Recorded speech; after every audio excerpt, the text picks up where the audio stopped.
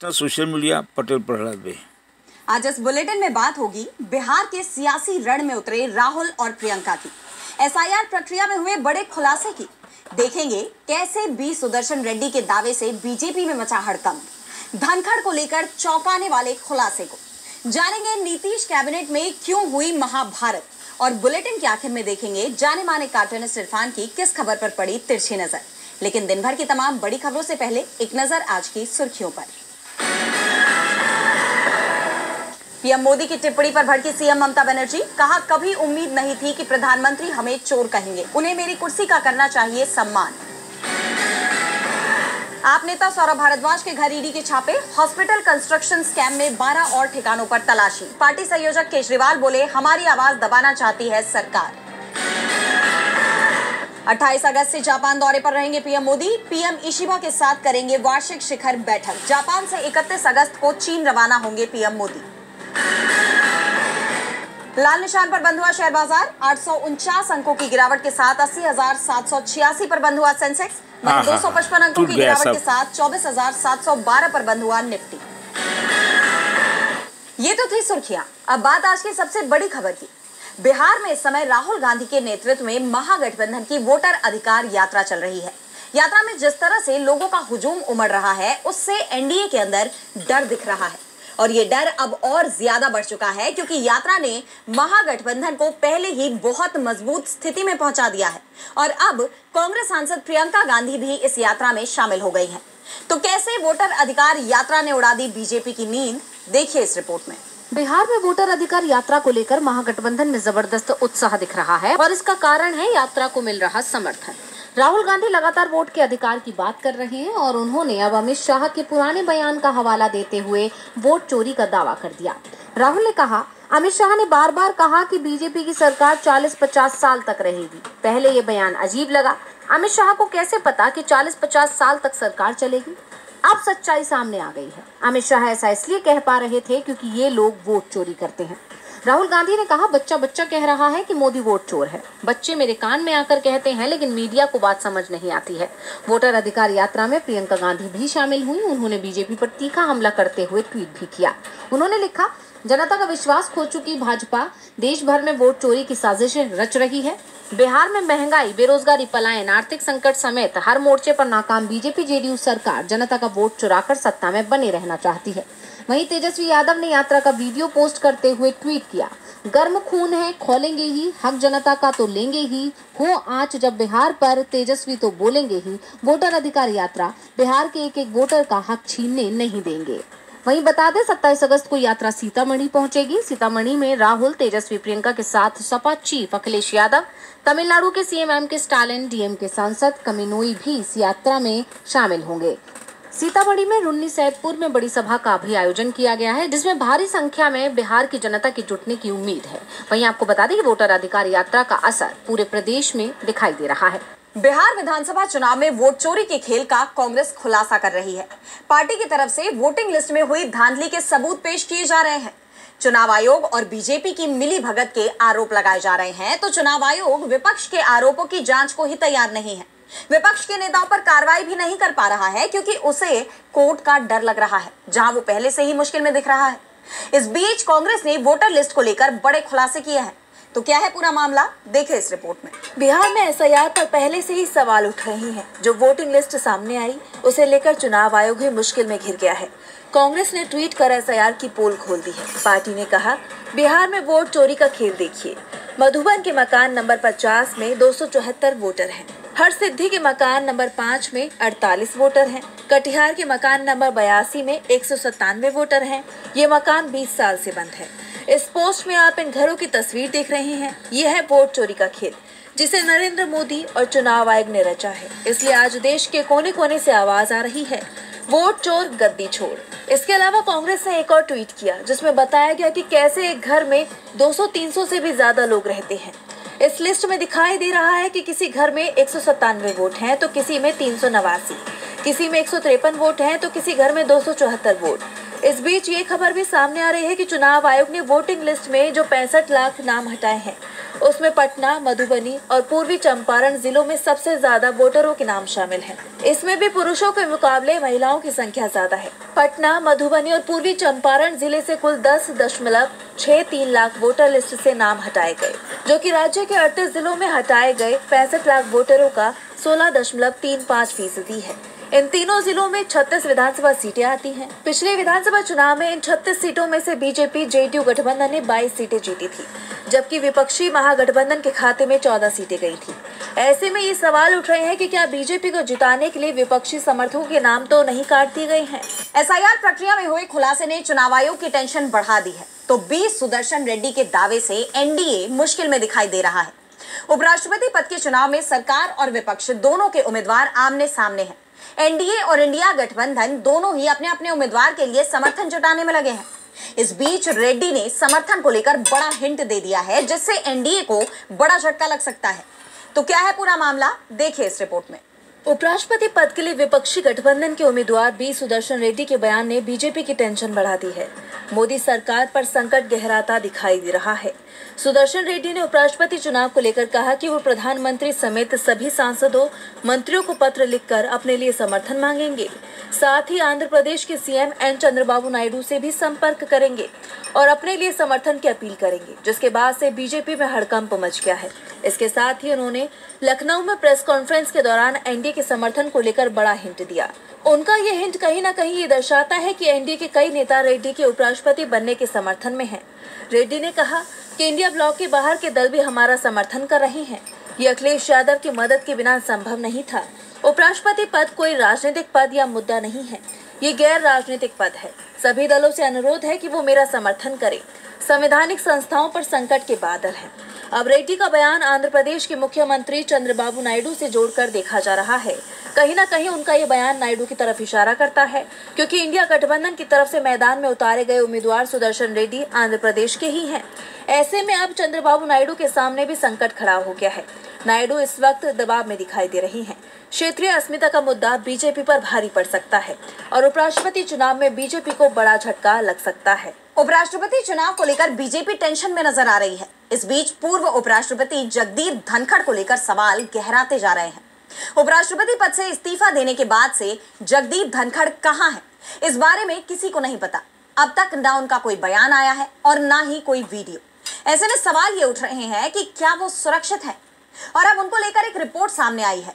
तो वहीं वरिष्ठ वकील कपिल सिब्बल ने केंद्रीय गृह मंत्री अमित शाह पर तंज कसते हुए सवाल भी किया है। तो क्या है पूरा मामला, जानने के लिए देखिए ये रिपोर्ट। उपराष्ट्रपति पद से इस्तीफा देने के बाद से जगदीप धनखड़ गायब हैं। सवाल उठ रहे हैं कि आखिर धनखड़ कहां हैं, इन दिनों क्या कर रहे हैं। 1 महीने से ज्यादा का वक्त हो चुका है, लेकिन अब तक ये पता नहीं चल पा रहा कि आखिर पूर्व उपराष्ट्रपति कहां पर हैं। कभी बताया गया कि वो घर में योगा कर रहे हैं, तो कभी बताया गया कि वो टेनिस खेल रहे हैं, कभी बताया गया कि वो ओटीटी पर शो देख रहे हैं।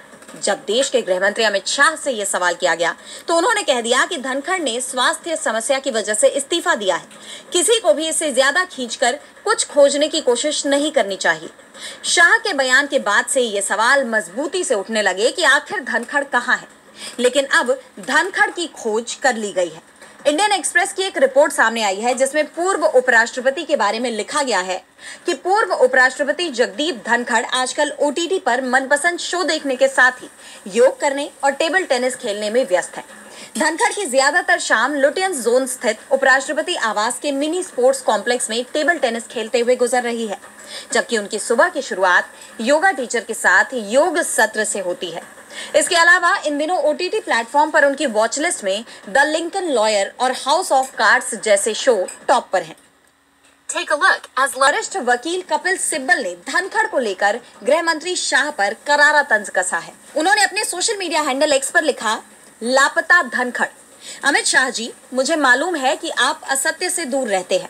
हमें इतना तो बता दीजिए कि धनखड़ जी क्या हॉस्पिटल में हैं, या फिर योग कर रहे हैं, या फिर टेबल टेनिस खेल रहे हैं।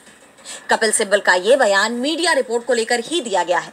अब गृह मंत्री शाह इस पर क्या जवाब देंगे, ये देखना होगा। उपराष्ट्रपति कहां है, ये सवाल बरकरार है। तो चर्चा इस बात की भी है कि क्या बिहार एनडीए में सब कुछ ठीक नहीं चल रहा।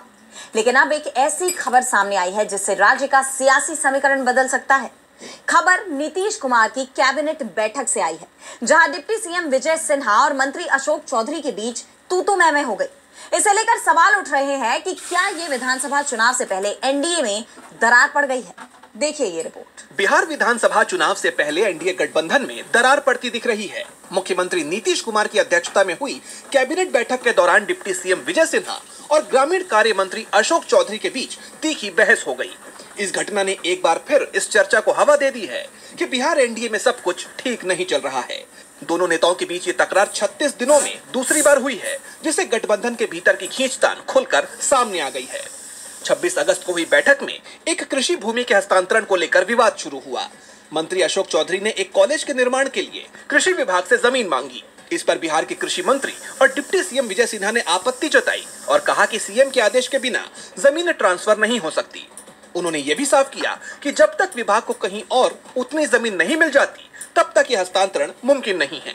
इस बात पर अशोक चौधरी भड़क उठे और उन्होंने तंज कसते हुए सिन्हा से पूछा कि क्या आप ही हमेशा कृषि मंत्री रहेंगे। इसके बाद दोनों के बीच तू मैं शुरू हो गई और जुबानी जंग इतनी बढ़ गई कि बाकी मंत्रियों को बीच बचाव करना पड़ा। इस घटना को लेकर सियासी गलियारों में चर्चा गर्म है कि बिहार चुनाव से पहले एनडीए के शीर्ष नेताओं के बीच ये तकरार कोई सामान्य बात नहीं है। ये विवाद ऐसे समय में सामने आया है जब चुनाव की सरगर्मियां तेज हो रही हैं। 36 दिन पहले भी एनडीए विधानमंडल की बैठक में दोनों नेताओं के बीच तकरार हुई थी, जो दिखा रहा है कि यह आपसी खींचतान की एक लंबी कहानी है। फिलहाल बीजेपी या जेडीयू की तरफ से इस विवाद पर कोई बयान सामने नहीं आया है, लेकिन इस बहस ने राजनीतिक गलियारों में कई तरह की चर्चाओं को हवा दे दी है।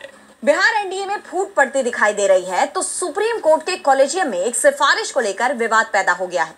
बॉम्बे हाईकोर्ट और बिहार हाईकोर्ट के चीफ जस्टिस को सुप्रीम कोर्ट का जज बनाने की बात कही गई है, लेकिन कॉलेजियम के एक जज ने इस सिफारिश पर आपत्ति दर्ज करवा दी, जिसे लेकर अब विवाद खड़ा हो गया है।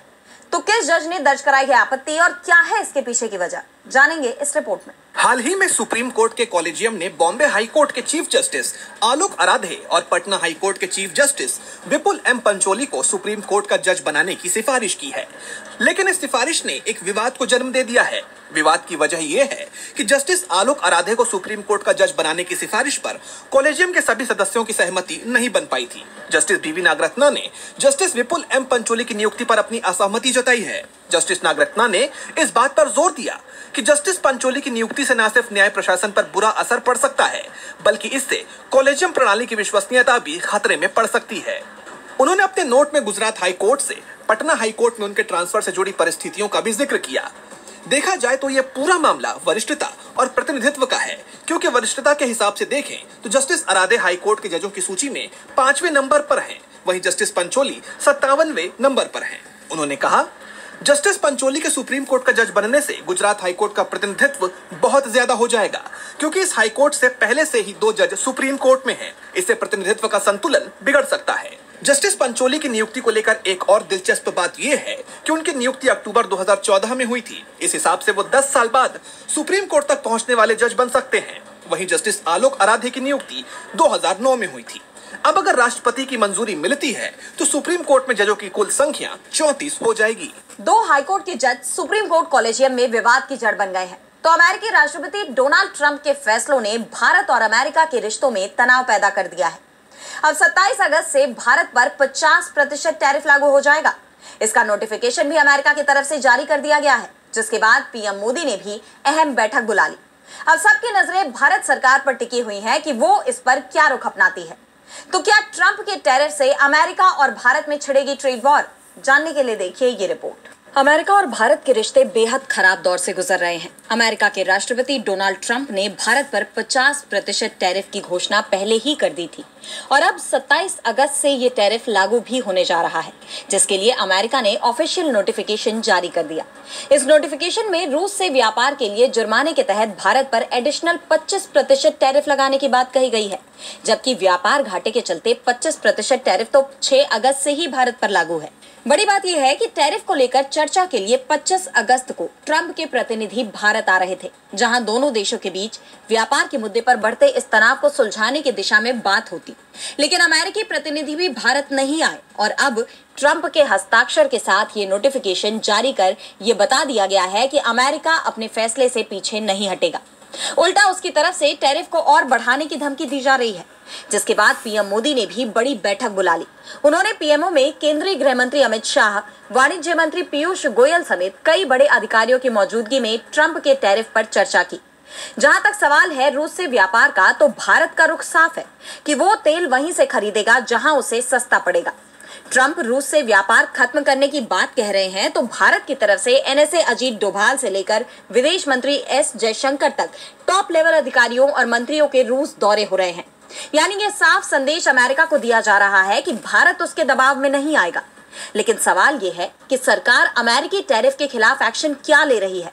क्या वो चीन की तरह अमेरिका पर जवाबी टैरिफ लगाएगी? ये तो देखने वाली बात होगी, लेकिन मौजूदा हालात में भारत और अमेरिका के रिश्तों में तनाव काफी बढ़ा हुआ है। और बुलेटिन के आखिर में देखेंगे जाने माने कार्टूनिस्ट इरफान की किस खबर पर पड़ी तिरछी नजर।